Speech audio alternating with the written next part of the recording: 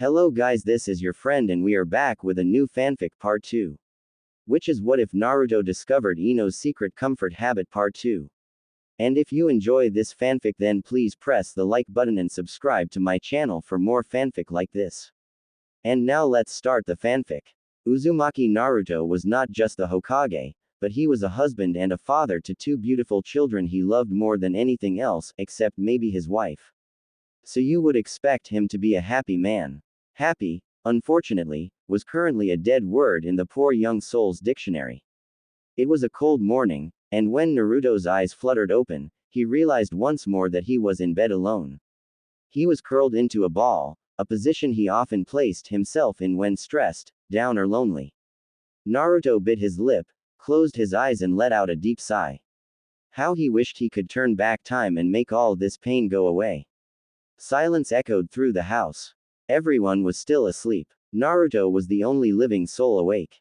Or so he thought. The door to the guest room suddenly burst open and in stumbled his wife, or who was supposed to be his wife. Ino was already dressed in a long-sleeved purple sweater and gray pants. Her short hair was neatly brushed and tucked behind her ears, her lips had been moistened with lip gloss and her eyelashes perked with mascara. All in all, she looked ready for a day out and about. Naruto's first thought. He was definitely dreaming. But he was proven wrong when she jumped on the bed and started shaking him. Naruto. Naruto. She gasped in between haggard breaths. Naruto groaned and sat up. What? He snapped, a bit more aggressively than he meant. Ino didn't seem to notice his tone though, since she grabbed his shoulders and shook him violently. Naruto watched the world shake before him. I don't have a dress. It's a nightmare. Ino exclaimed. Oh, so that's why she disturbed him. Great. What? Naruto asked, confused. Ino continued shaking him. I went through every single dress I have in the wardrobe, but there is nothing good enough for a banquet. And how do I know if I have worn them before? I can't wear the same dress twice. Naruto grabbed Ino's hands and stilled her shaking. Ino was now staring at him, her eyes wide and desperate. Naruto watched her groggily. Women. They never change. Even his Ino, the one he married, the one who was 37 like himself panicked like this over dresses. And she was a fully mature adult. A mother. Kagaya was supposed to be the teenager in the house, but quite often, Naruto questioned that belief. Kagaya did indeed inherit her grandfather's serious personality. Have you tried the usual? Naruto asked. Ino seemed a little confused. Usual. Yeah. Naruto grumbled. Astra's place. You always go to her when there's a fashion emergency. Ino seemed even more baffled. Who's Astra? Naruto stared at his wife for several moments, debating whether she was an imposter or not, but then it all came back flooding to him. In that one single moment, he had forgotten that this woman before him might look like his wife, but she was not the same woman he married. He sighed. Hyuga Astra. Naruto stated, she's probably the most proclaimed seamstress in the land of fire, or so Hinata and yourself claim. Hinata? Ino asked. Naruto nodded. Hyuga Astra. Is she related to Hinata? Naruto grimaced. No, duh. They are cousins, or something. I never really bothered to ask. Anyways, why don't you go find something at Astra's place? Ino thought for a while, then smiled. You are a genuine lifesaver, Naruto. I could kiss you right now. And then Ino jumped up and dashed out of the room. Naruto sighed. How he wished she did kiss him. Ino stopped when she was halfway into the central business area of Konoha and slapped her forehead. She didn't even bother to ask Naruto where exactly Astra's place was located. Ino groaned. Now she felt like a complete idiotic fool. Should she turn around and go ask him? She thought of it, but she had a feeling he would be busy, being Hokage and all, so she decided against it. She decided to ask for directions instead. If Astra was the best seamstress in the land of fire, then someone is bound to know where to find her. Besides, she was a Hyuga. All Hyugas are famous. Right, right. Ino tapped the shoulder of the first woman she saw. From the back, she was slightly shorter than Ino, had long wavy black hair and was dressed in white and red robes. She was carrying a toolkit and pouch, so Ino deduced that she was a kunoichi. The woman spun around, and Ino came face to face with Asuma's face, only younger, and female. The woman smiled, her ringed crimson eyes smiling with her mouth. Ino! The woman exclaimed, and then she pulled Ino into a breathtaking hug. Ino squirmed and coughed, and then the woman pulled away and laughed. Sorry, didn't mean to choke you. Ino smiled. After all, she could do nothing else. She didn't even know who this was. It's been too long. The woman gushed. Father and I were hoping to train again soon. We should spar. Ino panicked, but didn't let it show. Oh, yeah, sure. The woman furrowed her brows. Are you alright? You seem a little out of it. Ino was about to reply, but the door behind them that led into an antique store opened and a tall, dark-haired man stepped out. He had tanned skin, a few strands of gray hair on his head and beard, warm brown eyes, a cigarette popped in his mouth and his hands buried deep in his navy pants pockets. Ino's eyes widened and her breath was swept away. The world came to an absolute standstill as she stared at the man before her. She had to be dreaming. This was a sick and cruel joke. It had to be. For Sarutobi Asuma was supposed to be dead. Asuma glanced at Ino, winked at her, then he proceeded to poke the woman before her on the head. The woman grumbled and turned around, her hands on her hips. Funny, she groaned, very funny, Daddy. Asuma shrugged, you love it, kid. The woman poked out her tongue, then turned back to face Ino, who was still frozen in shock. I was just asking Ino if she could spar with us sometime. Asuma smiled, excellent. How have you been, Ino? I haven't seen you in a while. My recent mission dragged on a bit long. Akemi could not keep her mouth shut on the way home. The woman before him huffed, some great father you are. You broke a nail, Asuma pointed out. Akemi narrowed her eyes, a very precious nail. Asuma rolled his eyes. Ino suddenly gasped and came out of her shock. She glanced between the two before her and came to a conclusion. This woman, Akemi, was Asuma and Kurenai's baby. The one Kurenai was currently expecting in her time. To think she was to grow into such a beautiful woman with her father's face. Ino could not bear it. The tears just started to flow on their own. Asuma and Akemi stared at the blonde in shock. Akemi was first to speak. You offended her, Daddy. How dare you? A woman's heart is a weak thing. Asuma lifted his arms as if he was surrendering. What? All I said you broke a nail. Akemi pointed her finger at her father's face, and Ino thinks nails are precious. Ino sobbed, but laughed at the two before her. How she missed Asuma. To think he was standing before her, so warm and alive. Her older self was one damn lucky woman. But how could it be? How could Asuma be alive, when in the past he died? So many questions with not enough answers. I'm sorry, Ino sobbed, it's so good to see you.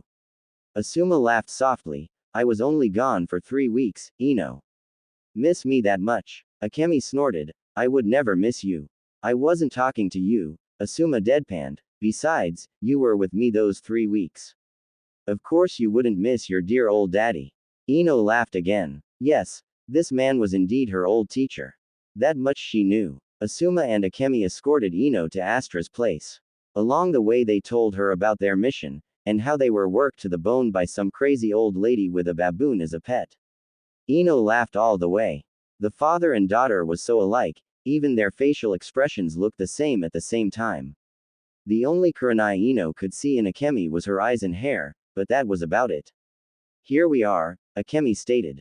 Ino stopped and looked up at a small, narrow building with 2 floors. It was rather plain, with 2 small windows and an old wooden door. There was no sign or label. In fact, it didn't look like a shop for dresses at all.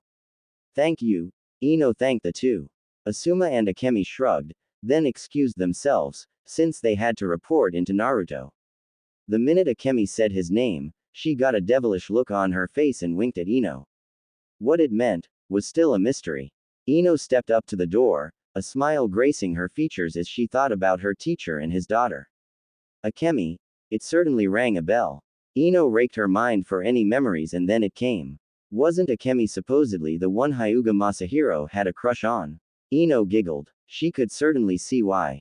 Akemi was a doll. Ino lifted her hand to knock, but the old wooden door swung open before she had a chance. In the doorway stood a young woman with dark navy hair that curled around her face, red lips, white eyes and dressed in a very elaborate kimono. Ino blinked. The woman watched her, then smiled, but Ino could have sworn she saw some disdain in the woman's eyes. Ah, the woman sighed, Lady Ino. A pleasure, as always. What can I do for you today? Lady Hinata has already left, if you were looking for her. She chose the most beautiful gown, I must admit. Matches her hair. Ino nodded, not knowing how else to respond. Actually, I'm looking for a dress myself. The woman, who Ino assumed was Astra, narrowed her eyes, then smiled brightly, of course. Come in, I shall prepare the tea while you browse. Ino stepped in, wondering why tea would be needed, but decided to go with whatever Astra said. She was led down a very narrow corridor which led to a wide open room filled with racks and racks of fine, elaborate, colorful and finely decorated dresses, kimonos, furisids, the whole lot. Ino had never seen so many dresses in her life. It was breathtaking. While Astra prepared the tea, Ino ran her fingers over the fine silks and cotton. There were so many, it would take forever to choose. Oh, how she wished she had a man to share his opinion right now. Nothing beats a man's opinion on a dress. Fancy the yellow. Astra's voice came from nowhere, just as Ino's fingers grasped onto a yellow silk gown. Ino jumped and turned around. Astra was standing in the doorway, a tray in her one hand and a measuring tape in the other. Not really, Ino stated, yellow doesn't suit me. Astra smiled, I agree. You always look the best in baby blue and purple. Why not aim for that instead? Ino nodded. Astra placed the tray on a wooden table in the corner of the room, then proceeded to walk over to a rack filled purple dresses. Ino watched her curiously. Are you looking forward to seeing your godchildren again? Astra asked as she pulled out a dress, looked at it, then shook her head and tossed it aside. Ino frowned. Godchildren. Oh, yes. Astra nodded. Quite an intelligent bunch they are. Of course, you would expect that from Lady Hinata's children. Too bad Masahiro didn't inherit his father's intelligence. He is quite a disgrace to the family in my opinion. Ino bit her lip. She was feeling awfully out of place in this conversation. What was she supposed to say? Astra pulled out another dress, held it up in front of Ino, shook her head and tossed it aside. Do you have a favorite, Lady Ino? Dress? Ino asked. Astra laughed. No, I mean godchild. Do you love Misako or Daisuke more? Or perhaps the unborn child that is yet to be given a godmother? Hopefully it will be you. Lady Hinata seems rather fond of naming you godmother of all her offspring. Masahiro excluded, of course. Ino trailed off. She shifted her weight, and quickly looked away. She wished she could just ignore the question, but she knew Astra expected an answer. I love all of them. Astra snorted, but did not comment. She pulled out a dress and nodded, this is the one. I can feel it. Astra handed Ino the dress and pushed her into a small room where she was to get changed. Ino quickly pulled off her sweater and pants and pulled on the dress. It was a deep purple, made of silk and revealed her back. It was cool and soft against her skin. Ino looked herself in the mirror and could not help but think that she was why. She stepped outside to show Astra. Astra nodded. Perfect. Usually women wear kimono to the Hyuga banquet, but you've never obeyed that law before. Besides, Lord Hokage won't wear anything traditional either. Unless you count those hideous Hokage robes traditional. I feel for all women married to Kage. Ino merely smiled, not wanting to offend or encourage Astra. From what Naruto told her, Astra sounded like a nice woman, but Ino could now see that she was a demon. An absolute disgrace to women, she never imagined someone to be so rude. Astra pushed Ino back to get changed. Ino quickly got changed, swallowed down her tea, which tasted foul, and then proceeded to pay. Astra, however, merely told Ino it would be added to the bill. Whatever that meant. And so Ino left the shop, happy to finally be free from the woman's clutches. Ino now knew that Hyuga Astra was terrifying. At least she will look stunning for the banquet. Ino was nervous when she stepped outside of the Konoha manor. For starters, she was supposedly assisting with the preparation of the banquet which was to be held later that day. Her mother had arrived at her home early in the morning to drag her away. Poor Ino, she had to rush and pack everything she would need, her dress included, for she would not have time to return. Why am I helping again? Ino asked. Her mother shook her head in disbelief. You help every year. It's a Hinata and Ino tradition. Ino frowned. Her mother gave her an odd look, then she remembered that her daughter wasn't exactly the one that had been helping the Hyuga to prepare the banquet all these years. She smiled apologetically and patted her daughter's shoulder. Ino smiled weakly. She was nervous. The first being that she had no clue what was happening. The second, she supposedly had godchildren and she was certain she would meet them at the banquet. She wondered what they were like, and who their father was. Mrs. Yamanaka grabbed her daughter's arm and the two trotted down the streets towards the Hyuga compound. Well, Mrs. Yamanaka was trotting and Ino was being dragged along. Several people in the streets greeted the two women along the way, earning Ino quite a few surprises, once again. The villagers have been nothing but overly polite to her since she arrived in this new world. Was it because she was Naruto's wife? Probably. The Hyuga compound looked almost identical to the one from the past, except it had a few new additions added. Like a large wooden gate with two dragons standing beside it. Ino gawked at the statues, amazed by the fine craft work. Whoever designed them was a seriously talented artist. Mrs. Yamanaka did not allow Ino to gawk for long, since she was soon being dragged inside. There were a large number of people scurrying around, carrying boxes and traditional decorations. Some were dressed in working robes, while others seemed to be more formal. Most of the workers seemed to be people from outside the clan, while the people in more formal dress all had the same Hyuga family eyes. One woman came to a halt when Ino stepped inside. She was a servant, dressed in a black yukata and a white apron. She bowed and quickly took Ino's things, claiming that it shall be taken to her room. Ino frowned. She had her own room here. The servant rushed off, soon to be replaced by another one who bowed down in her knees and took off Ino's shoes, much to her discomfort. She felt so horrible for allowing others to do everything for her. The servant then washed Ino's feet in a tub of hot water and handed her a pair of soft, brand new slippers. Ino took them, her eyes wide. The servant smiled, bowed, then turned to do Mrs. Yamanaka's feet. A male servant, presumably the butler, appeared and bowed before Ino. Lady Hinata has been expecting you. She's in the drawing room, if you wish to see her now. Ino merely nodded and allowed the butler to escort her to the drawing room, which was a large traditional room furnished with dark wood and elaborate paintings. Hinata was sitting beside the window, staring out into the garden. She looked just as elegant as a few days earlier, her hair tied up in a bun with a red ribbon and clad in a white and golden kimono. Hinata looked up at Ino and smiled. Naruto told me you might not be able to make it, I'm glad you did. Ino frowned. When did Naruto tell Hinata that? Making a note to ask him later, Ino sat down opposite Hinata. The butler served the two ladies tea, then left the room. I was thinking about Madoka, Hinata stated out of the blue. Ino looked up from her teacup, her eyebrows furrowed. Hinata laughed. If the baby is a girl, I want to name her Madoka. Ino glanced at Hinata's baby bump, then nodded slowly. That's a nice name. What does, the father say about that?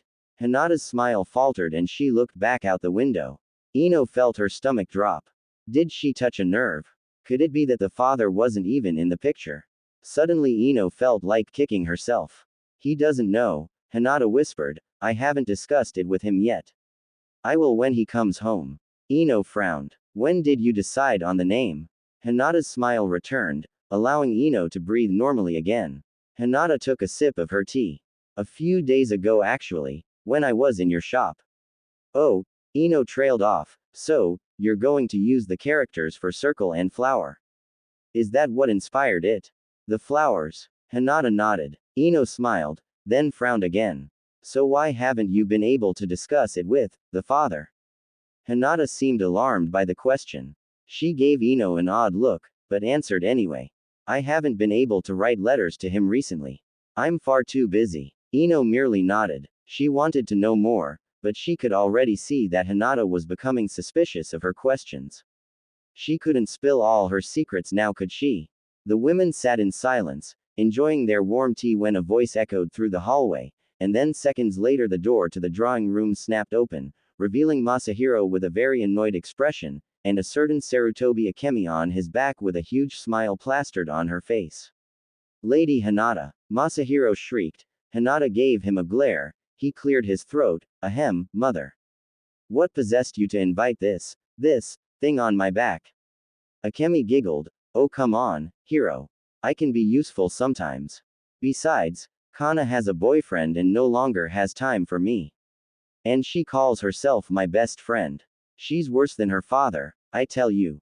Masahiro groaned, while Akemi beamed widely. Hinata merely smiled at the sight. Ino noticed the evil gleam in Hinata's eyes and gulped. Hinata planned this. She wanted Akemi to annoy Masahiro. Ino chuckled. It was actually kind of cute. Well then, Masahiro snapped, make yourself useful and help. Akemi pouted, got off Masahiro's back, waved at Ino and then dragged Masahiro out of the room. He protested the entire way, until they could no longer be heard. Hinata burst out laughing, causing Ino to look at her, alarmed. Sorry. Hinata tried to calm herself. He's so different from when he was a child. Akemi is really a great friend to him, he just denies it. Ino quirked an eyebrow. Different? How? Hinata was becoming suspicious again. Ino panicked. This was bad. She couldn't let more people know about her problem. However, just then, Mrs. Yamanaka burst into the room, her arms filled with baskets of flowers. Let's flower arrange, ladies. She exclaimed. Ino silently thanked her mother for saving her. It was exactly 4:15 when a whistle echoed through the Hyuga household. Ino looked up from the flowers she was arranging into vases, confused. Hinata was already running to the doorway, a childish grin on her face. It was the first time since Ino had awoken in this new world that she saw the smile that 16-year-old Hinata always wore. Mrs. Yamanaka laughed. Ah, the master of the household has returned. Quite early. He doesn't usually arrive until 5. Strange. Ino glanced at her mother, still confused. Mrs. Yamanaka rolled her eyes, quickly placed another rose amongst other flowers and then stretched her arms above her head. Might as well go and greet him. I'm sure Misako and Daisuke are eager to see you again, Ino. She recognized those names at least. Hyuga Astra had mentioned them. Her godchildren. Mrs. Yamanaka noticed her daughter's confusion and patted the blonde's shoulder. You'll be fine, Ino. Just be yourself. They won't notice that you're a teenage version of, well, yourself. Ino merely smiled weakly and followed her mother silently. They made their way through the corridors until they finally reached the front door of the main house. Outside there were several men, all dressed in Suna-style flak jackets and headbands. A few servants were attending to some of the men, serving water and other refreshments. Ino searched for Hinata, finally finding her in the arms of a red-headed man dressed in green robes that looked exactly like Naruto's robes. Ino stared stunned as the two kissed, like they haven't seen each other in months, or even years. Is that Gaara? Ino asked, her eyes wide. Her mother laughed, the one and only. He's. Ino trailed off. Really? She could not think of a word to say. Hinata's husband. Mrs. Yamanaka finished for Ino. Yes, indeed. Poor things, they haven't seen each other in months. He still lives in Suna, you see.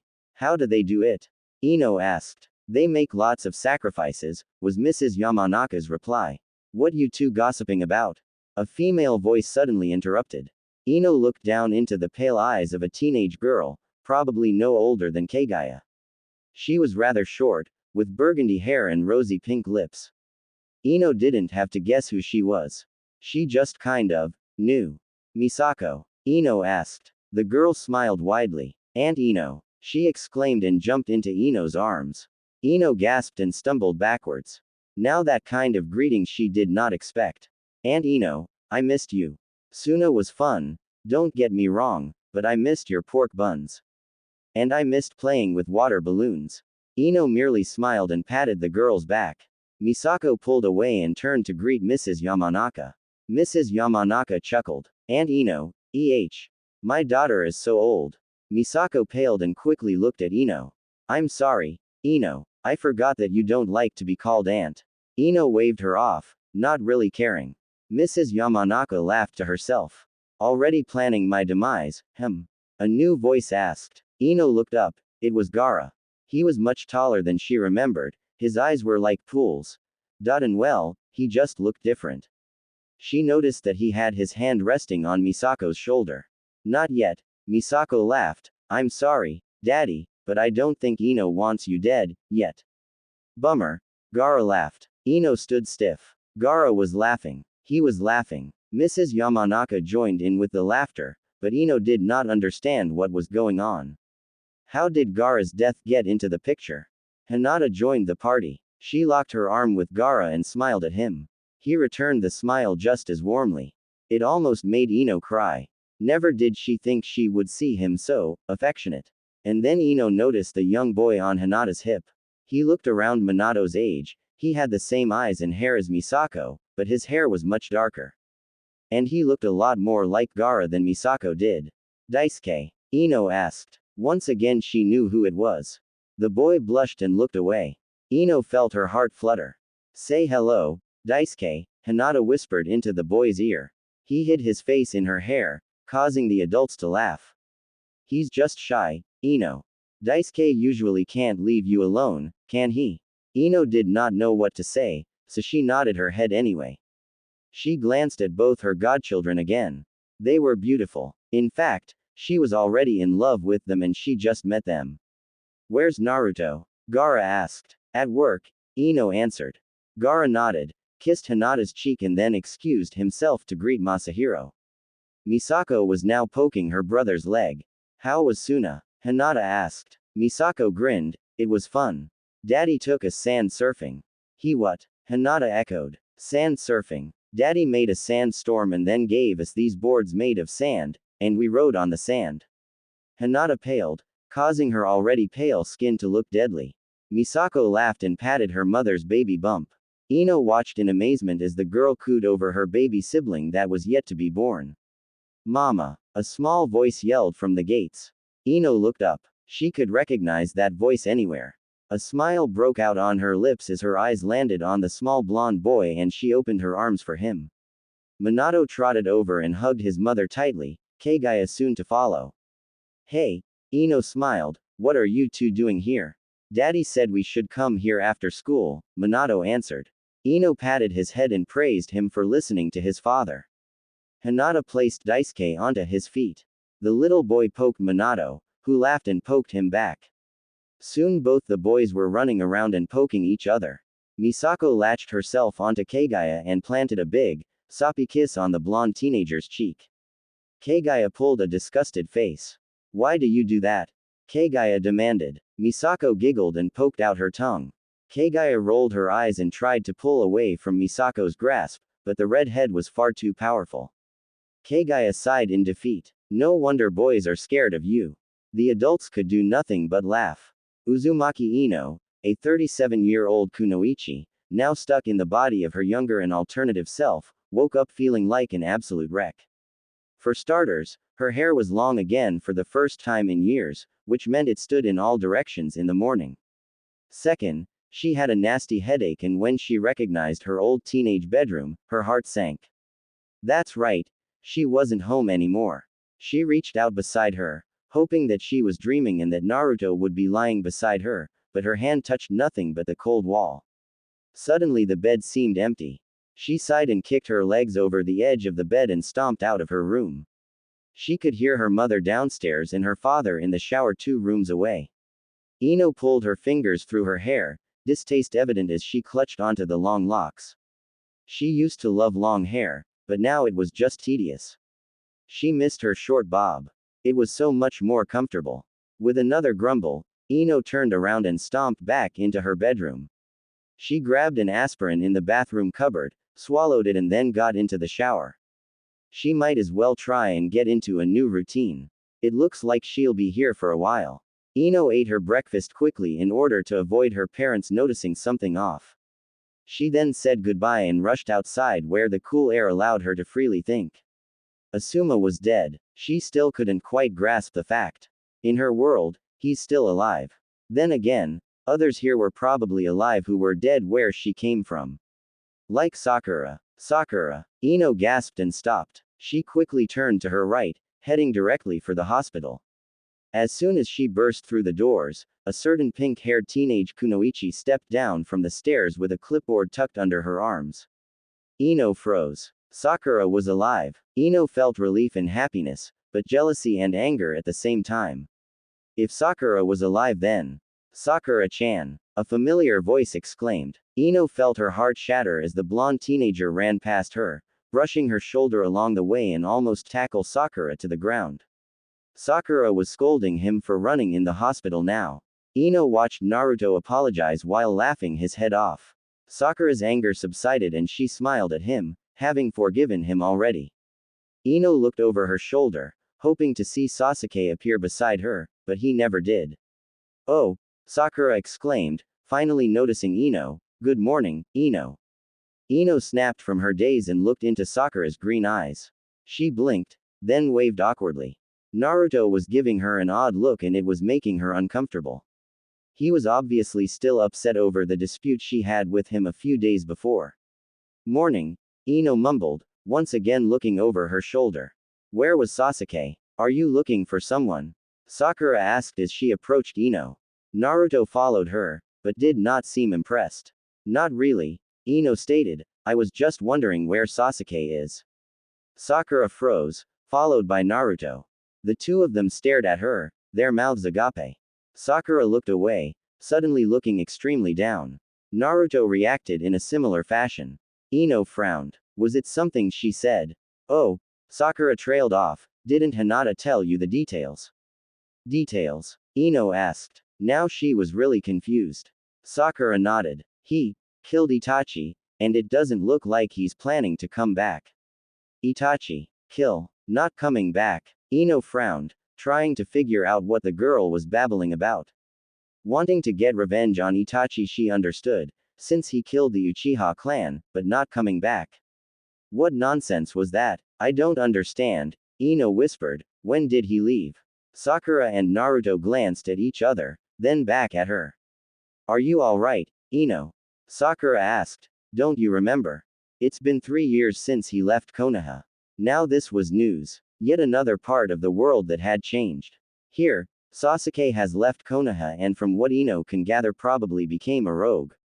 While back from her world, he had tried to leave, failed to kill Itachi and came back moping. Of course he ran after Orochimaru, but he grew impatient and after he failed to kill Itachi a second time, he returned to Konoha. Itachi died of illness soon after, leaving Sasuke to regret, well, everything. He was never the same again. Until Karen came along. Sakura was worried now. She looked at Ino. She didn't seem out of the ordinary, yet there was definitely something wrong.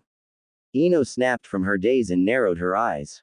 Sasuke was a rogue. With that in mind, Ino turned around and stomped out of the hospital, leaving Sakura and Naruto behind, both still thoroughly confused. Ino was walking aimlessly through the streets of the old Konoha that seemed so severely different from what she was used to.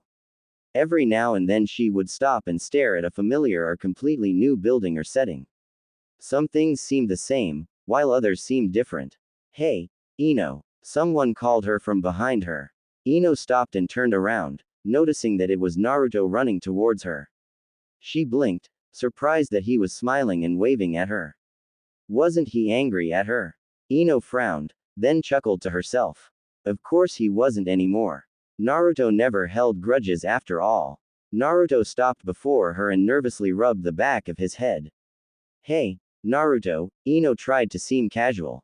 I'm sorry about the other day, Naruto mumbled. Ino shook her head. No, I should be sorry, Ino stated. She looked away from him. She couldn't look in his eyes, for if she did, she might just do something she would regret. An awkward silence followed. Do you want to go get some ramen? Naruto finally asked. Ino looked up, surprised, then smiled. Why not? Sitting with Naruto at Ichiraku brought a wave of nostalgia over Ino. She couldn't keep herself from watching him slurp noodles up with a large grin plastered on his face.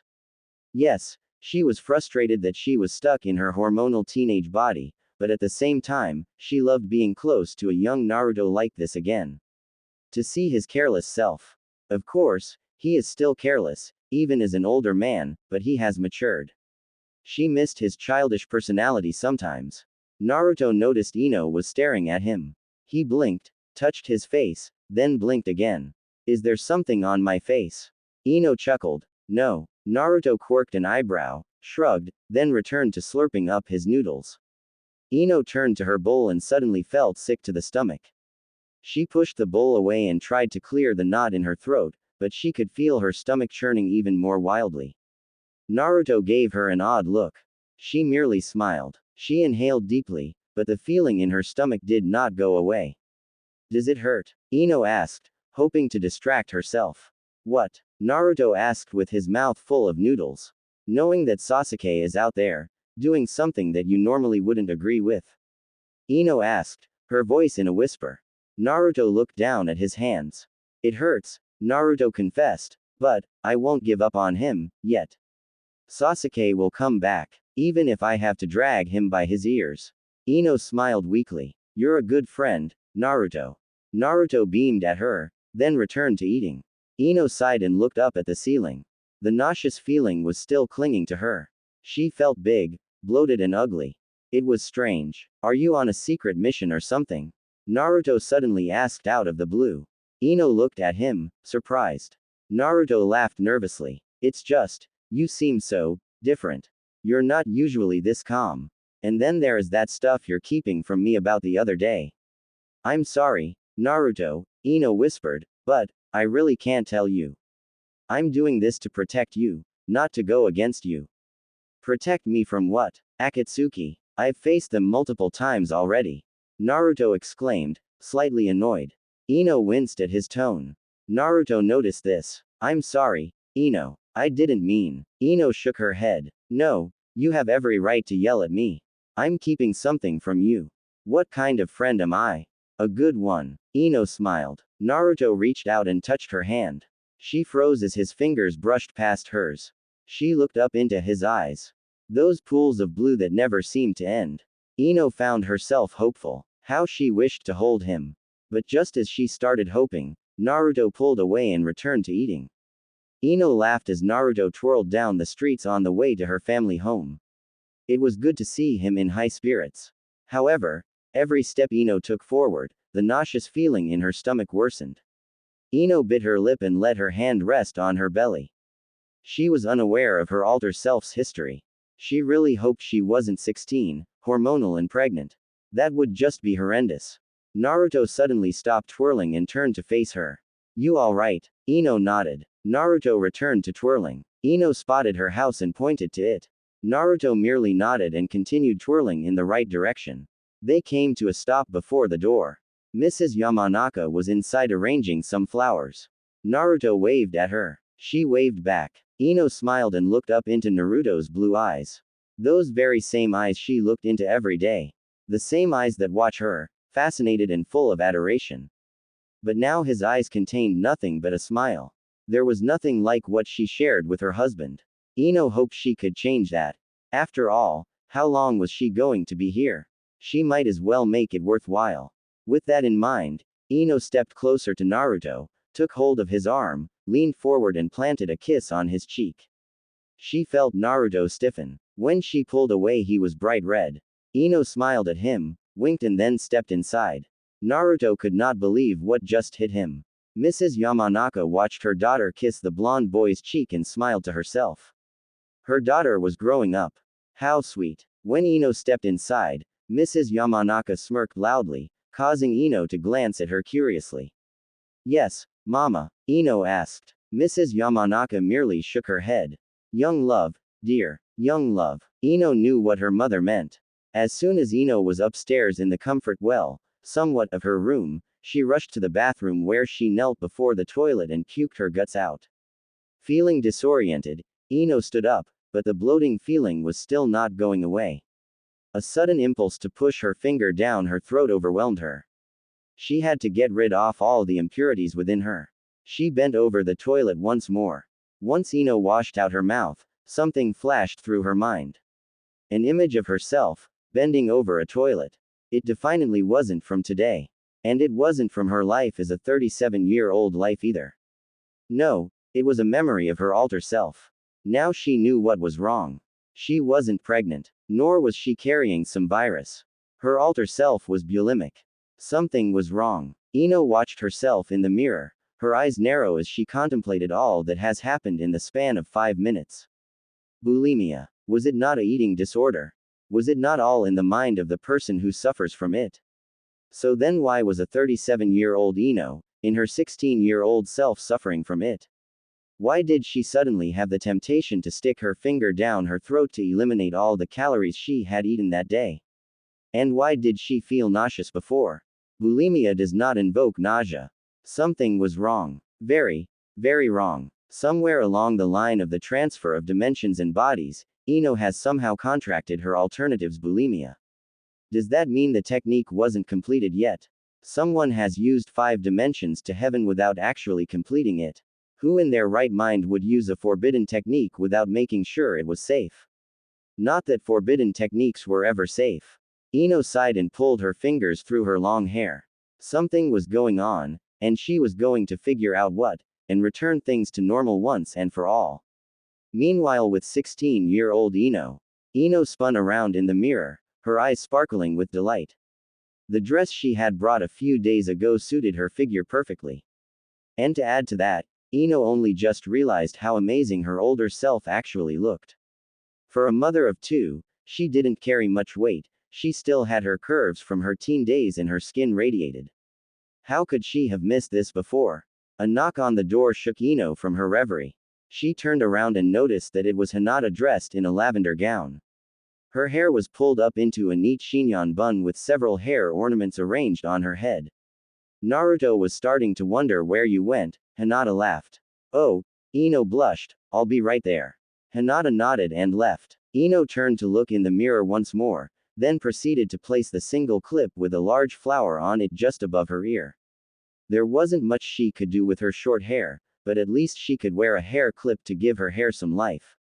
Satisfied with her appearance, Ino left the room. The banquet was just starting, with the first guests already arriving. Gaara and Hinata were standing hand in hand by the door, welcoming everyone.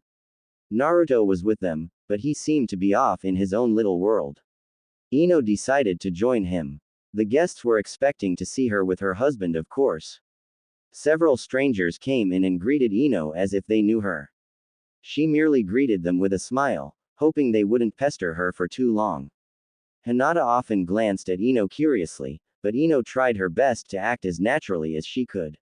Naruto eventually started to greet people with a large smile, his hand resting on the small of Ino's back, which made her nervous, but she made no move to push him away. 2 familiar faces appeared in the doorway. One was a man, with dark brown hair, a goatee and a ponytail on top of his head. He was dressed in a traditional hakama and kosode. Another was a woman with blonde hair and blue eyes. She was dressed in a blue kimono with a pink obi. She was smiling radiantly, but her smile widened even further when her eyes landed on a certain redhead. Gaara, she exclaimed and pulled the poor Kazekage into a very tight embrace. A blush crept to his cheeks, but he made no move to pull away. Instead, he laughed softly and returned the embrace. The woman sighed. You foolish little brother, no letters. I was busy, Gaara stated as he pulled away to look into his sister's eyes. Tamari glared at him. A man is never too busy to write to his sister. Tamari snorted. You only responded when I needed help. Gaara smiled weakly. Sorry, Tem, you better be. Tamari huffed as she crossed her arms over her chest. Shikamaru, who had been quiet all this time, laughed. Hello, Shikamaru, Ino greeted. Yo, Ino, was his response. Ino smiled. Tamari was with him. Could it be that they were married? Ino always had the feeling that Shikamaru had a crush on Tamari. Tamari suddenly brightened up again. Oh, we have wonderful news. We're going to have a baby. Silence. Gaara and Naruto's first reaction was to stiffen. Hinata was surprised, but was a lot more relaxed than the 2 men. Ino glanced around her. What was with their odd responses? Wasn't it great news that they were going to have a baby? Something so beautiful and cherished should be celebrated. Ino stepped up and gave Tamari and Shikamaru a tight embrace. Congratulations. Thank you, Ino, Tamari smiled. Gaara snapped from his stupor and grabbed his sister's hands, fear suddenly crossing over his face. How? Tamari, you know you can't. The last time the 2 of you tried, you nearly died. Ino froze. Died. Died. Ino suddenly felt bile rise to her throat. She glanced at Shikamaru, who was looking at Naruto with a sorrowful glance. Tamari laughed and swatted Gaara's arm. Silly, we're adopting. And just like that, the tension melted. Gaara sighed in relief and smiled. He then pulled his sister into a tight embrace and apologized numerous times into her ear. Tamari chuckled and patted his back. Ino watched in amazement. Tamari handled the situation so calmly and happily. And Gaara, he was like a completely different person. Tamari hugged Hinata, then moved towards the main area where the banquet was taking place. Shikamaru was whispering something to Naruto, who nodded seriously in return. Shikamaru then shook Naruto's hand, and joined his wife. Ino moved back to stand next to Naruto, his hand immediately returning to the small of her back. This time, Ino didn't feel nervous. As soon as most of the guests had arrived, the two Kage and their wives moved to join the main event. Ino immediately moved to converse with Shikamaru and Tamari, excited to hear about their new baby they were going to adopt. Naruto and Gaara were moving around and greeting people, as well as discussing some common matters. Hinata sat down, her feet already aching from standing too long. Music started playing, and several people were dancing and drinking. Laughter filled the Hyuga mansion. Ino wasn't sure what was expected of her at this banquet, since she didn't even know what the purpose of the event was, but she tried to go with the flow. Minato and Kagaya were playing with Misako and Daisuke outside in the garden. Several other children were with them, including Masashi and Itachi. Masahiro and Akemi were standing together with several other people their age, laughing and chatting. Ino could have sworn the one girl with them looked like a female version of Kakashi, without the mask, of course. Shikamaru was eventually dragged away by Tamari, who demanded a dance. No matter how much he argued, he wasn't going to win. Ino laughed as they disappeared into the crowd. Ino! A male voice exclaimed. Ino spun around and nearly fell backwards when she collided with someone's chest. Two strong arms caught her, and laughter filled her ears. Sorry. Didn't mean to scare ya. Ino looked up and smiled widely. Kiba. Kiba grinned and stepped back, giving Ino some room. Much like the other men, Kiba looked different as well. His hair was long now, he was taller and it looked like he was blind in one of his eyes. Unlike most of the guests, Kiba did not dress traditional, but more modern. It's good to see you. You too, Kiba stated. You've been dodging public lately, why is that? Ino blushed. Well, the truth was she wasn't exactly herself. Oh, busy with the children. Kiba nodded in understanding, then held out his hand towards her. Ino blinked, looked up into Kiba's eyes and then down again. Ino smiled and took his hand and allowed him to lead her onto the dance floor. It was a party after all, she might as well enjoy it. The two swayed in silence, but it was comfortable. Kiba did not ask questions, nor tried to make conversation, which gave Ino peace of mind. After a few dances, someone patted Kiba's shoulder. They stopped dancing and turned around, and came face to face with a tall, dark-haired man whom Ino could recognize anywhere. May I? Sasuke asked. Kiba laughed, nodded and bid his farewell. Sasuke took Ino's hand and the two moved into place and continued to dance. Enjoying the party? Sasuke asked. Yes, Ino replied, I would love to know what we are celebrating though. I couldn't ask Kiba, for obvious reasons. Sasuke chuckled. Indeed. It's Neji's birthday. Ino furrowed her eyebrows. Neji's birthday. This is quite a festival to throw for a branch member's birthday, don't you think? And why isn't the birthday man here himself? Sasuke opened his mouth to say something, but then closed it. They swayed in silence for several minutes and then the song ended. Sasuke pulled away and bowed. I think Hinata is the only one who can answer those questions. Ino frowned. But I can't tell her the truth. Why not? Sasuke asked as he stood straight. His onyx eyes were twinkling. She's your best friend, is she not? She is. Ino asked, her eyes wide. Sasuke chuckled. I do recall telling you Karen is your best friend, but Hinata is different. She's the sister you never had, Ino. Keeping secrets from her is almost impossible. I'm surprised she hasn't approached you yet, I'm certain she's picked up your strange behavior. Ino stood frozen and flabbergasted. She wasn't that surprised about her friendship with Hinata, she was more surprised that Sasuke was telling her to tell Hinata the truth. Had he not warned her earlier with Naruto not to tell more people about who she really was? Sasuke must have noticed her confusion, because he squeezed her hand, reassuring her that everything was alright. Ino smiled at him gratefully. Sasuke in this world was so different from the one she knew. When the song ended, Sasuke excused himself and disappeared into the crowd to find his wife. Ino stood by herself for several minutes, then quickly moved to the side as a new song started to play. Ino sighed and sat down. She scanned the room with her eyes, in hopes of finding Hinata alone, but the heiress was dancing with Naruto. Ino watched the two and couldn't help but think of the 16-year-old Hinata who loved Naruto. Strange how here Hinata married Gaara. Ino noticed from the corner of her eye that someone sat down. She turned to face her new guest, and was surprised to see Masahiro. He was dressed in a traditional kosode and hakama and his hair was tied back in a small ponytail. It was kind of cute, since his hair was rather short. Enjoying the part, Masahiro? Ino asked. I always enjoy the banquets you plan with Hinata-sama, Masahiro stated. Ino smiled and turned her gaze back to Hinata and Naruto dancing. Why do you call her that, Masahiro? Isn't she your mother? Masahiro sighed and looked down at his hands. Then, determined, he stood up and turned to face Ino. She blinked in surprise when he held out his hand. Would you like to dance, Ino? Ino chuckled and took his hand. They moved to the dance floor and started to sway to the music. Masahiro was a fantastic dancer. The song ended, but they continued dancing until the next song started to play.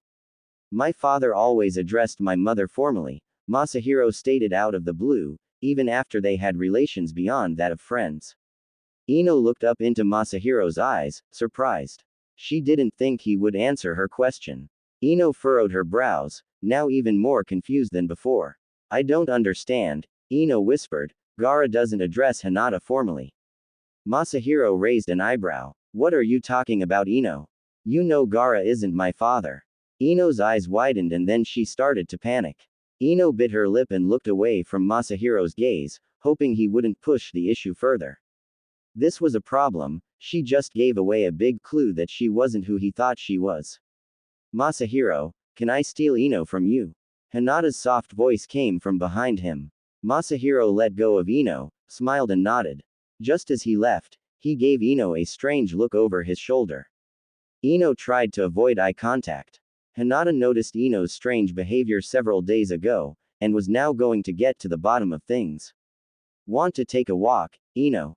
Sure, Ino muttered. And so the two women disappeared into the gardens, leaving their own party for a while. It was dark outside, but garden torches lit up the area. There was a slight breeze, but it wasn't cold. The air was fresh and crisp. It was perfect for a little stroll through the large garden of the Hyuga estate. Ino and Hinata walked in silence for several minutes. It was comfortable, but Ino was still nervous about what was going to happen next. Finally, Hinata spoke. Something happened, right? Ino stopped and looked down at her feet. Hinata stopped as well and turned to face her best friend. The wind picked up speed and brushed past the two women, but they ignored the chills that came over them all of a sudden. I'm sorry, Ino whispered. Hinata frowned. For what? You did nothing wrong, Ino. I'm not your best friend, Ino stated, suddenly feeling bold. She looked up into Hinata's eyes, expecting to see surprise and perhaps even anger, but Hinata was smiling warmly. I know, Hinata stated, Naruto told me. Ino's eyes widened. Hinata looked up at the stars. I noticed your strange behavior that day in the shop. You were far too shocked to see Masahiro, you even mistook him for Neji. I tried to muster the strength to ask you, but I could not bring myself to do it.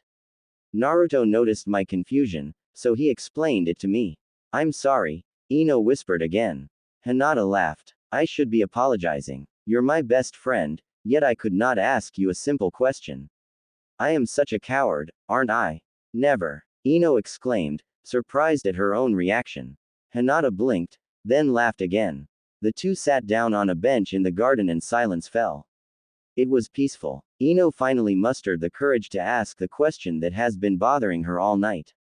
Hinata, if this is Neji's birthday banquet, why isn't he here? Ino asked in a whisper. Hinata froze. Another breeze swept through the garden. Hinata closed her eyes and bit her lip. Ino panicked. She could tell the poor heiress wanted to burst into tears. I'm sorry, don't answer that. Hinata shook her head. He is here, but only in spirit. Ino blinked, then it clicked, causing her eyes to widen. Hinata started to shake and tears were now flowing down her cheeks. Ino wrapped her arms around her best friend to comfort her. I'm sorry, Hinata. Hinata continued to sob uncontrollably in Ino's arms. I loved him, Ino. I truly loved him, despite the circumstances we were thrown into together. Ino had no idea what Hinata was talking about, but nodded anyway. Hinata's sobs grew louder and she wrapped her arm around Ino, hoping to find more comfort. Ino allowed her friend to do so. While Hinata cried, Ino looked up at the party that was going on inside and spotted Masahiro standing in the doorway, watching them with saddened eyes. And then it all suddenly made sense. It was like a flash of images suddenly came tumbling through Ino's mind. It was strange, but it made her understand what was going on. No wonder she mistook Masahiro for Neji. He was Neji's son. To say Ino was stunned would be an understatement. Of course, she held no disgust towards Hinata for bearing a child for her cousin, since intermarriages and such were still quite common, despite a lot of people's opposing of it. Besides, cousins are not that close genetically than some people claim they are. So often, their children can be very healthy. Ino just never expected it, because until now she always thought Hinata would marry Naruto. Funny how things worked out in the end. Hinata was still sobbing in Ino's arms, but she was calming down now. A few minutes passed, and then Hinata pulled away, grabbed a handkerchief from her pocket and wiped her tears away. Ino gently rubbed her back to soothe her. Hinata smiled a small smile in gratitude. I'm sorry, Hinata mumbled, that was unbecoming of me. Ino shook her head. No, I understand. Can I ask one thing though? Hinata blinked, then nodded. Masahiro is Neji's son, isn't he? Ino asked. Hinata's eyes fluttered, then she looked down at her hands resting in her lap. Finally she nodded. Hinata looked up at the sky which was covered with a few lone clouds. The elderly of the clan were very strict about keeping our clan pure, Hinata began to explain, so they practically ordered my father to ensure I produce an heir, with another Hyuga. Your father chose Neji? Ino asked, surprised. Hinata laughed and shook her head. No, Hinata giggled, I chose him. Ino frowned. Hinata noticed her confusion and laughed again. I was 16 at the time, Hinata admitted. I couldn't stand the thought of devoting myself to someone in such a way. Especially someone I didn't love. That's when Neji stepped in. He confronted my father and the elders and demanded that I be left alone. It was the most beautiful thing he ever did for me, other than give me my son, of course. Ino smiled when she realized Hinata was sparkling in radiance now. She enjoyed talking about this. She wanted to talk about this. She wanted to share the beautiful memories she cherished of Neji. And then, Ino asked. Well, Hinata sighed, he was ignored by the elders, my father was impressed though. So, my father approached Neji and begged him to protect me. We were all surprised by this, my father always thought I was a failure. Wow, Ino breathed, I remember that. Your father doesn't approve of you in my world either. Really? Hinata asked, surprised. Ino nodded. Interesting. So Neji became your protector? Ino asked. Something like that. Hinata laughed. We took a different approach to what my father had in mind. Instead of Neji guarding me, we decided to have a baby. The elders weren't very happy. Of course, Neji is only a branch member, after all. Ino blinked. Hinata never seemed to be the rebellious type. It was fascinating though, hearing this story. Ino could never imagine something like this happening with the Hinata and Neji she knew. They were close, yes, but not that close. Silence fell. The music, chattering and laughter could be heard of the party inside, but the garden was peaceful. Masahiro was still standing in the doorway, watching the two women talk. He did not dare move. Ino found this very sweet of him, watching over his mother like a devoted protector, very much like his father. How did he die? Ino finally mustered the courage to ask the dreadful question. In the war, Hinata whispered, my best friend told me he died a hero. A lump suddenly formed in Ino's throat. She looked into Hinata's eyes, looking for confirmation, and she received it. Ino looked down at her hands and then back up into Hinata's lavender eyes. I was there. Hinata nodded. I was already far in my pregnancy and was unable to fight. Kurenai was pregnant with Akemi at the time too.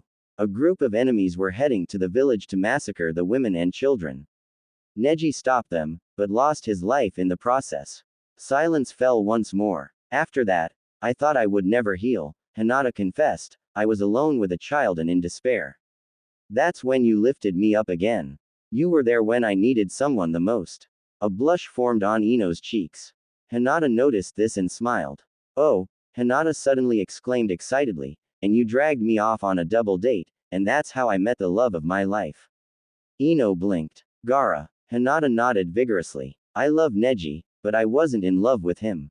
I realized this a few months after Gaara and I became an item. I'm glad you're happy now, Hinata, Ino whispered. I wish I could say the same for you, Hinata stated, pointing at one of the windows looking out into the garden. Looks like your husband is looking for you. And surely enough, Naruto was standing in the window and motioning for Ino to come inside. The minute Ino stepped inside, she was swept up and dragged to the dance floor by a very enthusiastic blonde Hokage. Ino couldn't help but giggle at his childish excitement as they started to sway to the music. The song sounded familiar, but Ino could not quite place the name. Well, Naruto certainly seemed to enjoy the song. Ino was nervous dancing with Naruto, which she didn't quite expect. Being held by his strong arms was a lot different from having his hand resting on the small of her back. It was warm, touching and surprisingly familiar. She felt at home in his arms, like she actually never got dragged into a completely different world from the one she knew. Thank you, Ino whispered, causing Naruto to frown down at her. Ino smiled. Thank you for telling Hinata the truth. Naruto grinned. You are her best friend, after all. And Gaara threatened me that if I didn't tell her, he would. And then she would be hurt, since you couldn't confide in her. Ino nodded. They swayed to the music in silence for a while, merely enjoying each other's company. Ino could feel several of the other guests' eyes on them, but it didn't bother her. After all, to them it was normal for the Hokage to dance with his wife. Naruto, Ino called out his name in a whisper. He looked down into her blue eyes, waiting for her to speak. Ino was surprised at his height. How did she never realize how tall he had gotten? Can I ask you a favor? Naruto closed his eyes, tightened his grip on Ino's waist and pulled her closer. She inhaled deeply, surprised by the sudden affection. Her heart started to beat wildly in her chest. Anything, Naruto whispered in her ear, his breath tickling her skin. A blush crept to her cheeks as she tried to muster the will to speak again. Finally Ino calmed down. Why was she acting like such a child? She was supposed to appear as a 37-year-old married woman for God's sake. I'm tired of not knowing everything, Ino stated. I want you to tell me everything about everyone. If I continue to be oblivious, I won't ever be able to keep my identity a secret. Naruto pondered on this for a while, but finally agreed. Alright, I will tell you as much as I can. There are certain things I can't tell you, some stories you have to hear from others. And I can't tell you everything at once, you might collapse. Ino nodded and smiled. It felt like a weight was suddenly lifted off of her chest. What about one fact a day? That sounds like a good idea, Naruto agreed. Alright, here is the first fact. Kiba is blind in his left eye. I knew it, Ino exclaimed. Naruto blinked, then laughed. How did he go blind? Just a tragic accident with a kunai on a mission a few years ago. He doesn't need his eyes though, his nose covers everything. Ino chuckled. Indeed. The two swayed in silence again, but the silence was comfortable. Both blondes were smiling. To the onlookers, they looked like the perfect couple madly in love. Their children, Kagaya and Minato, were watching from the garden, content that their parents seemed to be acting normal again for a change. Ino, I just had a brilliant idea, Naruto suddenly spoke up. Ino looked up, confused. Why don't we exchange stories? I tell you a fact a day about this world, and you tell me a story of yours. Ino pondered on this. Should she? Would it be safe to do so? Well, she was already deep into everything here, so it shouldn't hurt, right? Ino nodded. Alright, here is fact number 1. You love ramen. Naruto pulled a very disappointed face and groaned, not fair, I know that already. Ino threw her head back and laughed, causing several people to glance at her, surprised. Naruto pouted. Ino's laughs died down, but she continued to shake in laughter as she gently rested her head on Naruto's chest, completely unaware of what she was doing. Her body just seemed to move by itself. Naruto was surprised, but didn't mind at all. Kidding, Ino finally stated when her laughter stopped. Here is the real fact number 1, Asuma is dead. Naruto stiffened at this. Ino felt his grip on her waist tighten again. I'm sorry, Naruto whispered. Ino closed her eyes and hummed. Naruto didn't have to be sorry. Death comes to everybody eventually. The two were so engrossed in their conversation that they didn't realize they had been dancing for 7 songs already. Despite this, neither made a move to stop. They were very comfortable in each other's arms, even with a whole crowd watching them.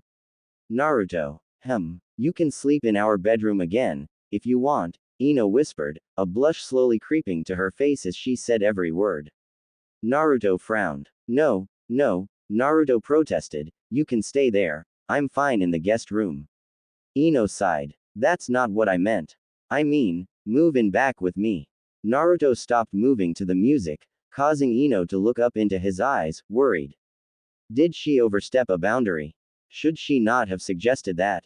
No, she was happy with her choice.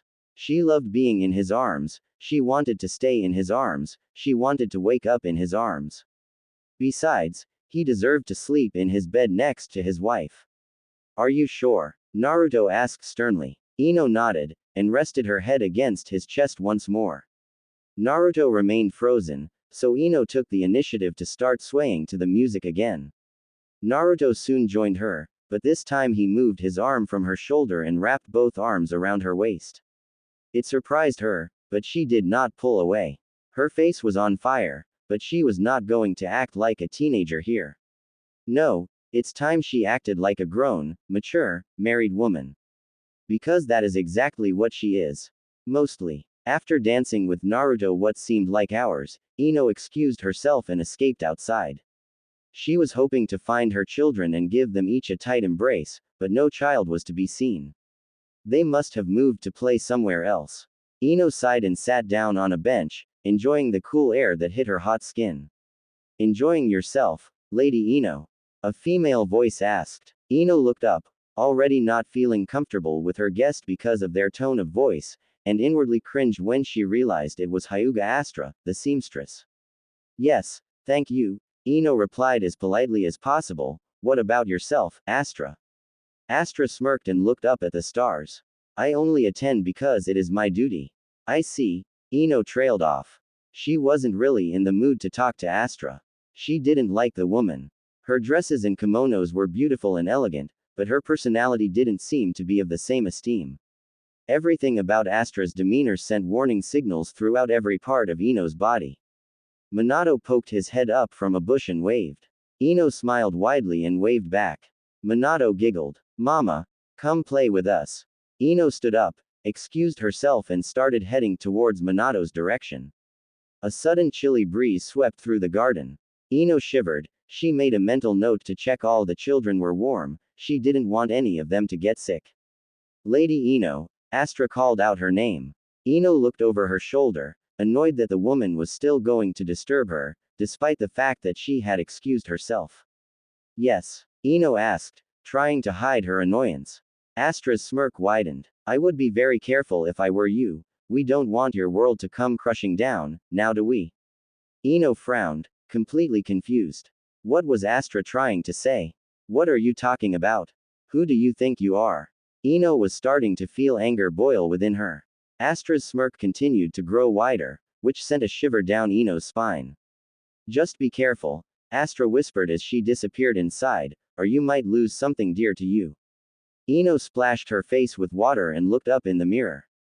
Her short hair was still something she had to get used to, but she really admired the way the style suited her.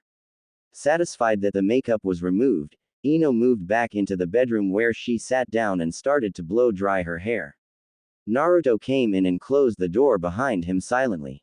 The kids are in bed. Minato woke up again, but he quickly dozed off when I told him we're home. Ino smiled. Thanks. Naruto shook his head and removed his robes. Ino froze, but sighed in relief when she realized he wore a black shirt and pants under the Hokage robes. Naruto glanced at her, smirked, and then moved to the bathroom. Ino continued to blow dry her hair, while trying to calm her sudden erratically beating heart. The banquet was a huge success. Everyone felt good about attending. Hinata offered for Ino and family to stay the night, but Ino declined. She really wanted to get the children home and make sure they were well rested for the upcoming week. Hinata understood and complimented Ino on how quickly she has taken to motherhood. Ino merely blushed. Now they were home, and Ino could not deny that she was nervous. It was silly of her to be nervous, she was after all the one who invited Naruto back into their bedroom. But she couldn't help it. Can't be blamed, she was only a teenager at heart. With her hair dry, Ino moved to the wardrobe to find her pajamas. She was still only dressed in a cotton nightgown and it was starting to become chilly. Ino finally found a blue tank top with matching pants with pink rabbits on it and quickly got dressed, since Naruto wasn't going to stay in the shower much longer. Satisfied, Ino moved to the bed and made herself comfortable with a book she had found early that morning in the study. Naruto came back in from the bathroom with nothing on, but a towel. Ino glanced at him, blushed deeply and quickly looked away. Naruto didn't seem fazed by her reaction at all, since he ignored it and moved to the wardrobe to find something appropriate to wear. Ino tried to fight the urge to stare, but she couldn't help it.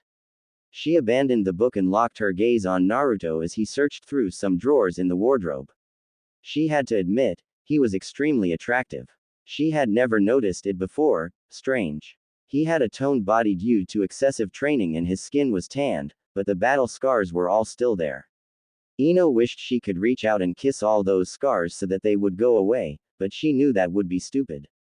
Naruto seemed to be enjoying the fact that Ino was staring, since he chuckled and dropped the towel around his waist, leaving him bare. Ino shrieked and quickly buried her face in her book. Naruto laughed and pulled on some underwear. That's not funny, Naruto. Ino stammered, without moving her face from the book. Naruto pulled on a pair of shorts and moved to the bed. He got in next to Ino and pulled the covers over him. Sorry, I just love teasing you. I noticed, Ino whispered, all clear. Yes. Ino sighed in relief and peeked at Naruto. When she realized that he was indeed decent, she closed her book and put it away. She made herself comfortable and turned off the lamp, leaving the two in darkness. Now that she could no longer see him, Ino was nervous. She knew he wouldn't do anything, but the nerves were still there. After all, she had never shared a bed with a man before. Relax, Ino, Naruto's voice whispered soothingly. Amazingly, Ino found herself relaxing. She closed her eyes and snuggled deeper under the covers. And as she lay there, Ino found herself feeling incredibly aware of her situation. It was strange, but all of a sudden reality hit her. She was a 16-year-old stuck in a body of an older and altered version of herself. She had suddenly been drawn into a new, foreign world where she was expected to be a mother, a wife, a friend and so much more. She was no longer little Ino, she was now the Hokage's wife. Up until now, she thought she could handle it, but with everything that she has learned, the things were really piling up. Tears slowly formed in the corner of her eyes, and before she knew it, Ino burst into tears. Ino? Naruto asked, surprised when he heard her sob. He moved closer to her and wrapped his arms around her. He pulled her closer and held her tightly. Ino was in such a state that she didn't have time to react to Naruto's gesture. Instead, she continued to sob into his chest. Naruto slowly started to stroke her head. Shish, it's okay. Everything will be okay. We'll figure this out, I promise. And as they lay there, Naruto felt his heart break for his wife, for he could never bear to see her in such pain. Kagaya was already gone the next morning when Ino sat down for breakfast. She gave Naruto a questioning look, and he mouthed, "Mission," to answer her silent question. Naruto and Minato ate quickly, then proceeded with their daily routines as well. Minato got his bag for school and waited for his father so that they could leave together. Ino was still eating, and she felt rather alone and lost, since unlike her family she had nothing to do during the day. Naruto came downstairs in his robes, kissed Ino on the cheek and then headed for the door. Just as he was about to leave with Minato he turned, "You should try to go to work." Ino blinked. "What?" "I said you should try to go to work," Naruto stated. "I'll let them know that you are not feeling yourself, so they'll leave you be. At least you'll have something to do." "I have a job?" Ino asked, surprised. Naruto laughed. "Of course you do, you're a botanist at the greenhouse." "Really?" Ino asked. "I'm a botanist in my world too." "Well, then I assume it won't be hard." Naruto grinned, then left. Ino felt somewhat excited at the prospect of having something to do, so she quickly finished her breakfast, cleaned up, then got ready to leave. She wasn't exactly sure where the greenhouse was, but she was sure she would find it. Greenhouses were not that hard to find, after all. The greenhouse was the largest greenhouse in Konoha and was located about a meter away from the hospital. There was a collection of wild flowers planted around the greenhouse in an orderly fashion and a stone path that led to the door. It was beautiful. Ino nervously headed towards the greenhouse and opened the door. She was greeted by warm air and the familiar and welcome aroma of herbs and spices. She loved plants and she loved her job even more. Several people were bustling around, watering and harvesting plants. There was even a nurse or two working with a medic on some antidotes.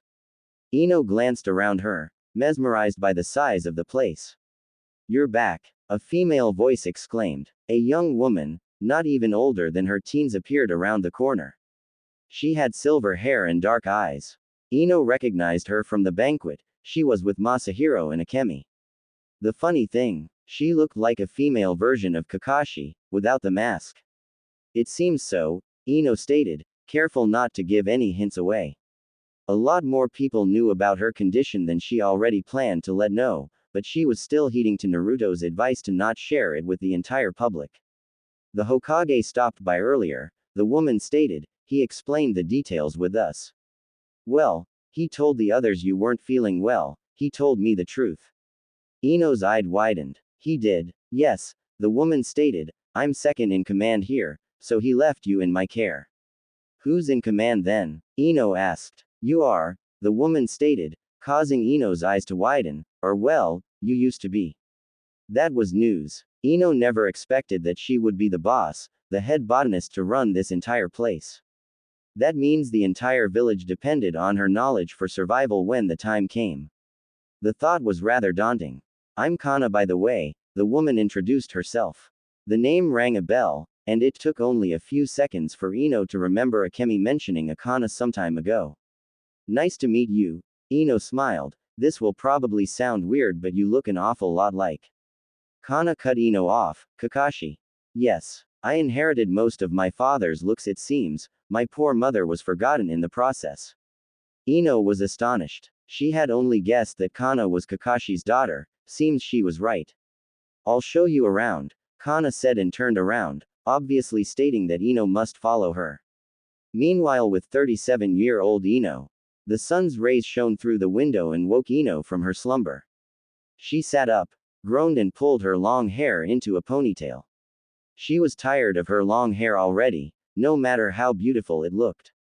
With a yawn, Ino stumbled to the bathroom, stripped and took a shower. She then stumbled back to her room, got dressed and went downstairs where she greeted her parents. "What do you plan to do?" Inoichi asked. "About what?" Ino asked as she smeared butter on her toast. "About the whole traveling dimensions thing," Inoichi asked. Ino sighed and took a bite out of her toast. "I'm not sure yet. I know how I got here, I just need to figure out who did it. It certainly wasn't me. I don't have a death wish." Inoichi frowned. "You know how you got here. So you know the technique's name." Ino nodded. "And I am not the only one. I just hope Naruto remembers about it before something terrible happens. The longer we stay like this, the worse things may get." As Ino continued to munch on her toast, Inoichi pondered on his daughter's words. There must something he could do to help her. He wanted to help her. She was his daughter, whether she was from another dimension or not. "What is this technique called? Who developed it?" Inoichi asked, hoping that perhaps the information could assist them in finding some answers. Ino gave him a blank stare. "That, I'm afraid, I cannot tell you. Ino, in her 16-year-old body, was bored. Being 37 and only stuck in a teenage body didn't give you many options for entertainment. For starters, drinking was out of the question because it was illegal, and Ino could really do with a drink right now. Another problem was the fact that she was entirely different personality in a world where she wasn't familiar with her surroundings. How was she to find something to do when she didn't know where to go or who to call? So Ino decided to go to the hospital and annoy Sakura, since it seemed like the only thing to do. Not to mention, it's been years since Ino had ever come in contact with Sakura, since she was after all dead in the dimension where she came from. Sakura was giving immunizations today. Several people, mostly children and their mothers, were waiting for their turn to be shot with a needle. Ino personally always hated needles, but she knew how useful the things were. Good morning, Ino, Sakura greeted as she cleaned a patient's arm with an alcohol swab. Morning, Ino returned the greeting.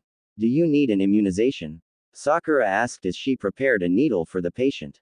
The patient stared at the needle anxiously. Ino understood the patient's discomfort. No, Ino stated, I was just swinging by to say hello. I was wondering if we could get a drink after work. Sakura seemed surprised. That sounds fine. I'll be done at 5 today. Meet at the tea house where we usually have a drink. Ino nodded, despite not having a clue where the tea house was. All well, she would find out, one way or another. Alright, do you know where Naruto is today? Sakura seemed surprised by the question. He's training outside the village, why? Ino smiled and turned to leave. No reason, I just think he has a cute butt. Ino walked away, leaving Sakura flabbergasted. Sure enough, Naruto was training outside the village by doing sit-ups while hanging upside down from a tree. He was shirtless and looked as wise as always. Ino leaned against a nearby tree and watched him with a grin. He continued training, not having noticed Ino's presence, and she intended to keep it that way for a little while longer. She just loved watching him. Several minutes passed and Naruto finally finished and jumped down and landed on his feet. He sighed and stretched his arms above his head, giving Ino one hell of a view. Her grin widened. Naruto wiped some sweat from his brow, then he picked up his jacket and moved to pull it back on. Ino moved from the shadows and headed towards him. Hello, Naruto, she greeted, causing him to jump. Gah, Naruto exclaimed, don't scare me like that. Ino chuckled. Naruto gave her a glare, then he laughed and zipped up his jacket. Ino watched the zip move upwards with a pained expression. Naruto noticed and gave her a confused look. She smirked and shrugged. So, Naruto started, what you doing here? Hoping you would entertain me, Ino stated, I'm bored. Naruto seemed confused, but he shrugged.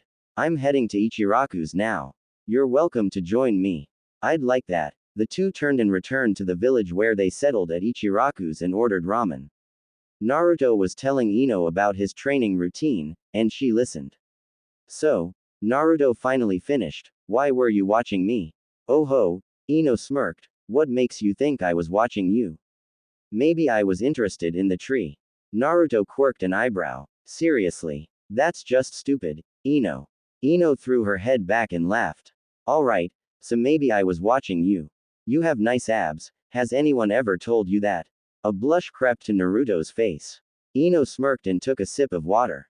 Naruto silently slurped on his ramen, since he could not think of anything to say. Sakura and I are meeting at the tea house tonight, Ino finally said, want to join us?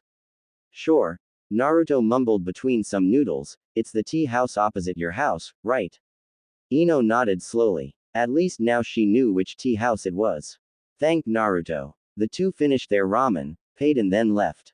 Naruto poked Ino, yelled, tag, you're it, and ran off. Ino snorted, then started run after him. At least she wasn't bored anymore. Sakura was already at the tea house when Naruto and Ino arrived, out of breath. They have been playing chase the entire day. It was rather entertaining, especially when Naruto pushed her into the river. Ino couldn't remember the last time she felt like such a child. Sakura gave them an odd look, then she rolled her eyes and motioned for them to sit down. Ino collapsed on a seat and pulled her fingers through her wet hair. Naruto sat down next to her, which was a surprise to both girls. I've ordered oolong for now, Sakura stated, ignoring the tight clench in her chest when she saw the look Naruto gave Ino. Sounds great, Ino smiled. How was work? Good, Sakura explained, everything went smoothly. One patient fainted from the shock of having to get a needle, but he is all right now. Really? I guess some people do fear sharp things that severely, Ino stated. Sakura nodded. Their tea arrived and Sakura poured each a cup. Ino ordered some snacks. Naruto stared at the tea, sniffed it, pulled his nose up, then quickly swallowed it down. Tastes better than it smells, Naruto stated. Ino laughed. Indeed. The three sipped on their tea in silence for a while. Are you alright, Ino? Sakura asked. Yeah, why do you ask? Ino asked. You just seem different, Sakura stated, and the other day you didn't seem to be aware about Sasuke at all. Ino smiled weakly. I didn't feel very well, so I got confused. Luckily, Sakura seemed to buy the excuse, which was a relief. Ino glanced at Naruto, who seemed to be in deep thought. She wondered what went on in that beautiful mind of his. Their snacks arrived and Ino immediately grabbed a pork bun and broke it in half. She lifted one to Naruto's mouth, which alarmed him. He looked her in the eye, then opened his mouth and allowed her to feed him. Sakura watched this, shocked and confused. Just what was Ino up to? Ino smiled and took a bite of her half of the bun. She noticed Sakura's glare, but shrugged it off. Naruto was staring at Ino, trying to figure out why the blonde was suddenly so interested and affectionate towards him. It was strange, he might be ignorant, but he wasn't ignorant enough to not notice something was brewing. 16-year-old Ino. Kana was very informative and helped Ino through the day at the greenhouse. She never left Ino's side, just in case another worker noticed something was off. The two mainly walked around and made sure everything was in working order. Once they did that, Ino watered some plants while Kana removed stray weeds. Once Ino finished watering plants, she decided to see what the medic was up to. The medic was male and unfamiliar, but Ino recognized the soldier pills he was developing when she reached the station where he was working. He greeted her, then returned to focusing on what lay before him. It was getting late, but it didn't look like he was anywhere near leaving yet. Kana joined them. He always works late into the night hours, Kana stated, we usually have him lock up. Ino nodded, glancing at the medic again. Ino bid her goodbye to Kana, then turned to go home. The walk home was peaceful and Ino was glad to arrive home and be greeted by Minato the minute she walked through the door. She knelt on her knees and pulled her son into a tight embrace. How was work? Naruto asked when she entered the kitchen. Naruto was standing in front of the stove, preparing dinner. It smelled delicious. Good, Ino stated. Kana was very friendly. She gets it from her mother. Naruto grinned, everything else seems to come from Kakashi. I noticed. Silence fell. Ino sat down at the dining table and watched Naruto move around the kitchen. She thought of the medic and the soldier pills he was developing. Naruto. I want to visit Choji. Think you can take me there tomorrow? Naruto froze and looked over his shoulder at his wife. He swallowed. You know how I told you I would tell you one things a day? Yes. Ino asked, confused. Well, here's today's fact. Choji is dead. Ino froze. She could have sworn her heart just shattered. Naruto didn't say another word. Ino sat in silence as she pondered on the fact that Choji was also gone from her grasp. So many of her peers were dead in this world, it depressed her.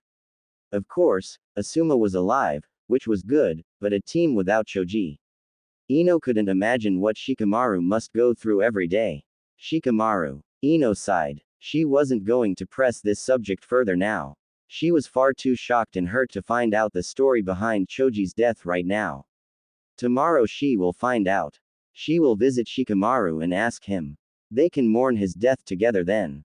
Ino woke up just when the sun's rays peeked in through the window.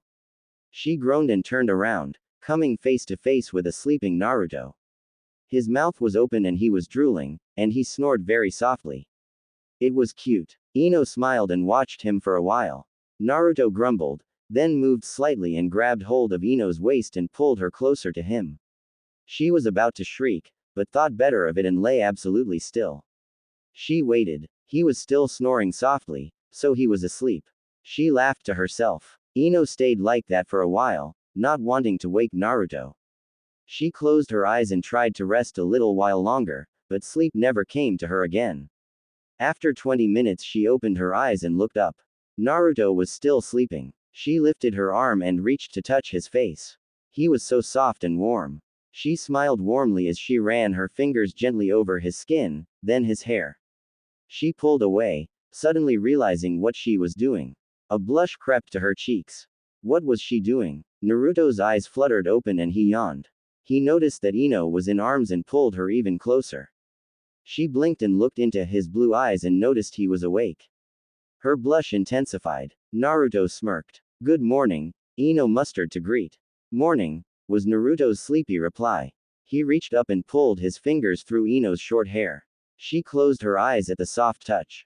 It felt so comfortable being in his arms and having him touch her like this. She never knew Naruto was the affectionate type.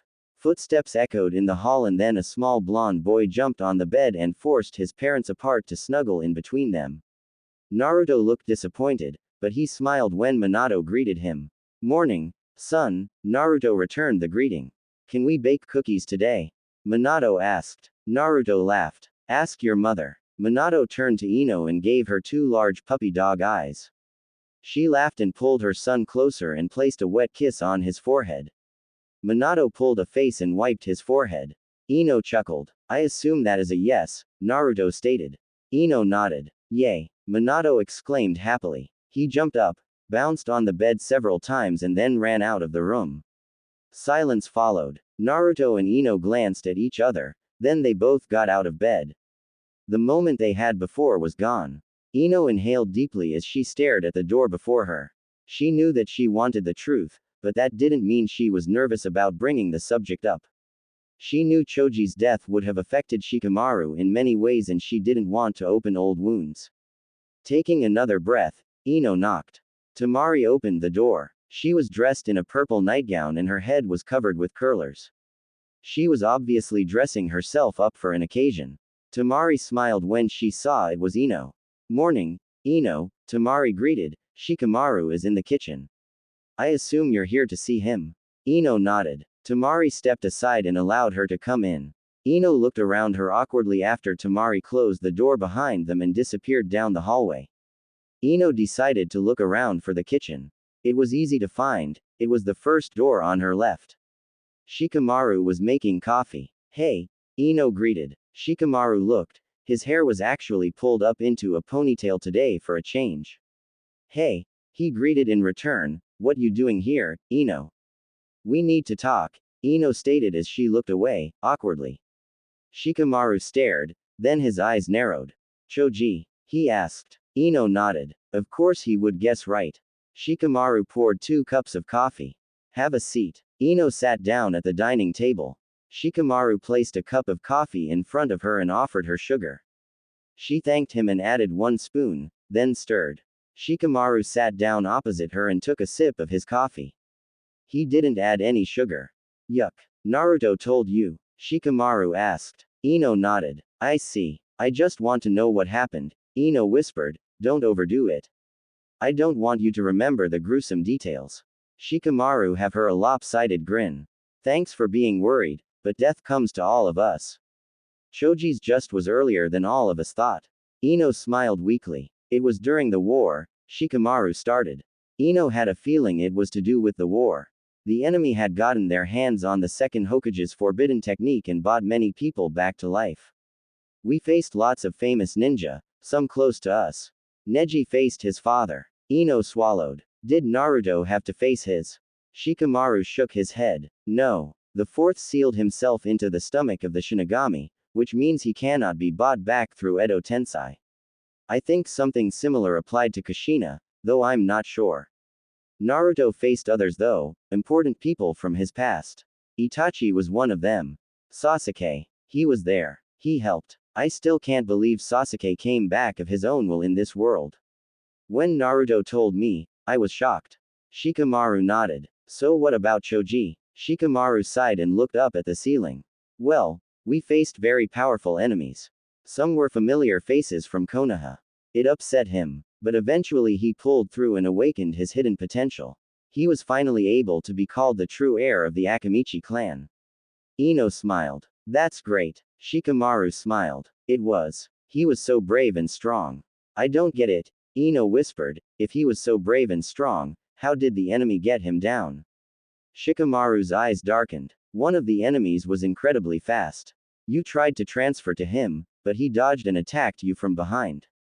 He was going to give the final blow. Choji jumped in front of you. Ino froze. He jumped in front of me. And it killed him. No, Shikamaru stated, but he had severe injuries. You tried to save him, but he lost too much blood. We couldn't move him. Ino looked down at her lap. Choji died for her. Her heart clenched as tears flowed down her cheeks. He really loved you, Ino, Shikamaru stated.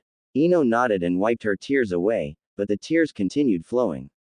She hiccuped. Shikamaru smiled weakly and handed her a box of tissues. He died a hero, Ino stated. That he did, Shikamaru agreed, that he did.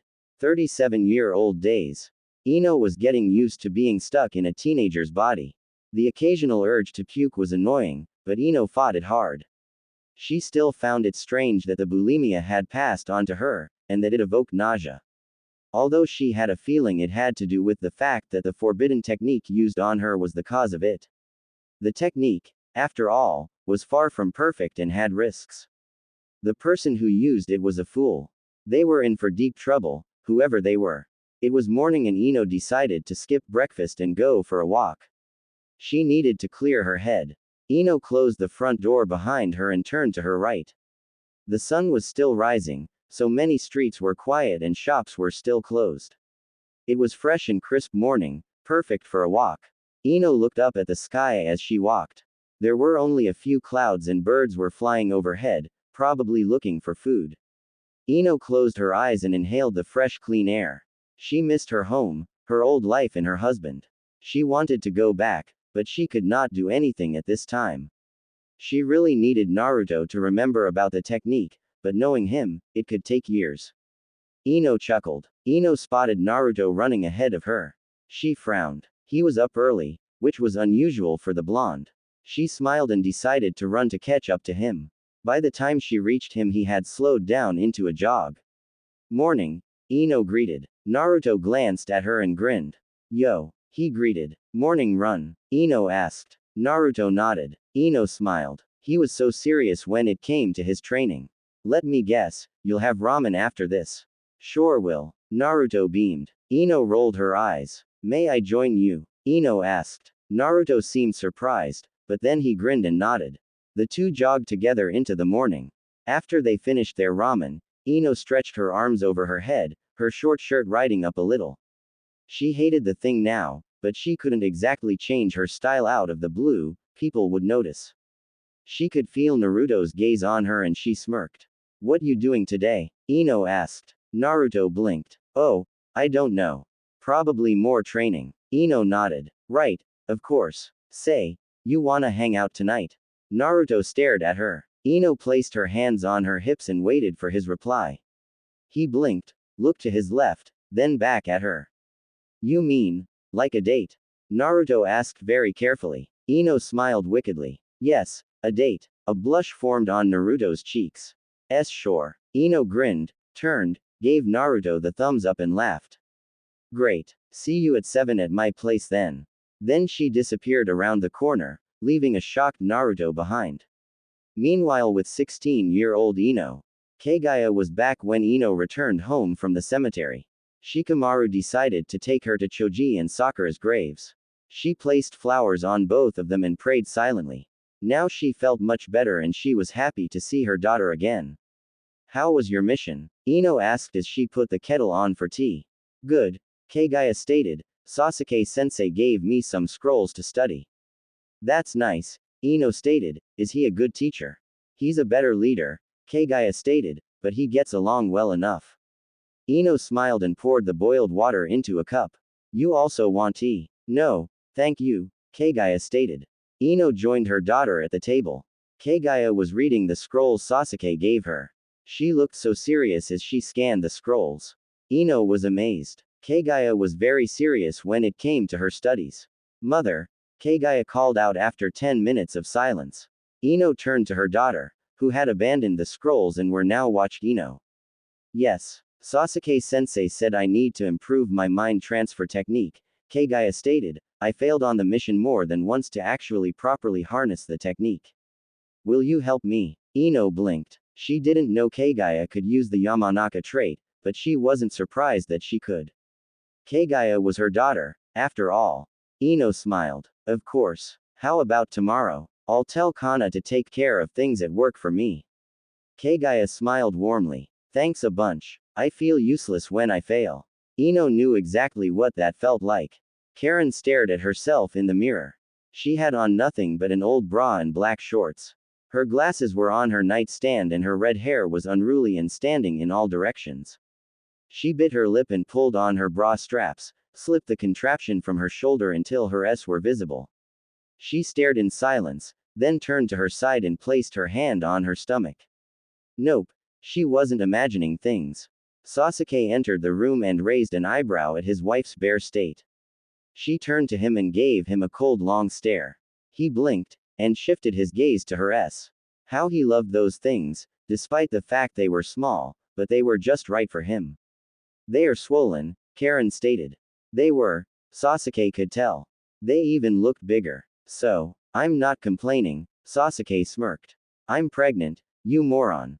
Karen sneered. Sasuke froze, looked up into his wife's eyes, then back down at her S, then lower to her stomach. Of course, he couldn't see a bump, but when he activated his Sharingan he saw a small flicker of chakra that did not belong to his wife. When? He asked. This morning, Karen stated, I realized my chakra was different. I sensed the baby for the first time. I'm probably only 2 weeks along, give or take a few weeks. Sasuke moved to his wife and pulled him to her. You are beautiful. TCH. You're only saying that because mine are bigger. No, really, you are beautiful, even with small. And I'm happy. You are carrying my 4th child. Yeah, thanks a lot, Sasuke. I just had a baby, now another one is on the way. Give me a break. Why are you so fertile, damn it? Sasuke laughed and kissed Karen's nose. I don't think it's me who is so fertile. Sasuke wiggled his eyebrows. Karen glared at him. You, is that an offer? Karen slapped her forehead. Moron.